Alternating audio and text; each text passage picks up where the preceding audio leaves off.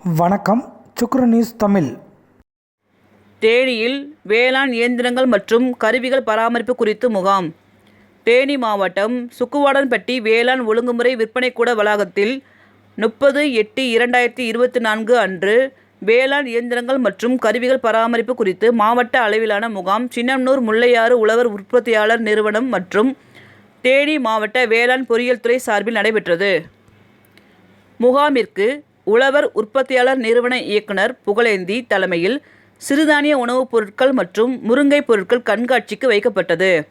இந்த கண்காட்சியில் சிறுதானியங்களால் ஆன சோளம், கம்பு, ராகி இவற்றால் செய்யப்பட்ட உணவுப் பொருட்கள், முருங்கை சம்பந்தப்பட்ட உணவுப் பொருட்களும் கண்காட்சியில் வைக்கப்பட்டிருந்தன.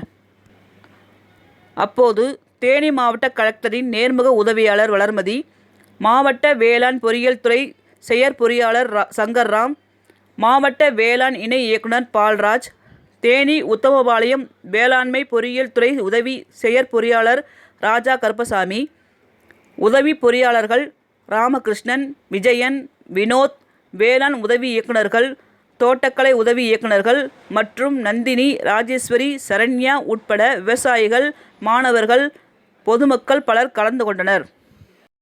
இந்த முகாமில் ட்ரோன் மூலம் மருந்து தெளிக்கும் கருவி மற்றும் தென்னை மட்டைகளை துகள்களாக்கும் இயந்திரம் உள்ளிட்ட நவீன வேளாண்மை இயந்திரங்கள் விவசாயிகள் பார்வைக்கு வைக்கப்பட்டிருந்தது.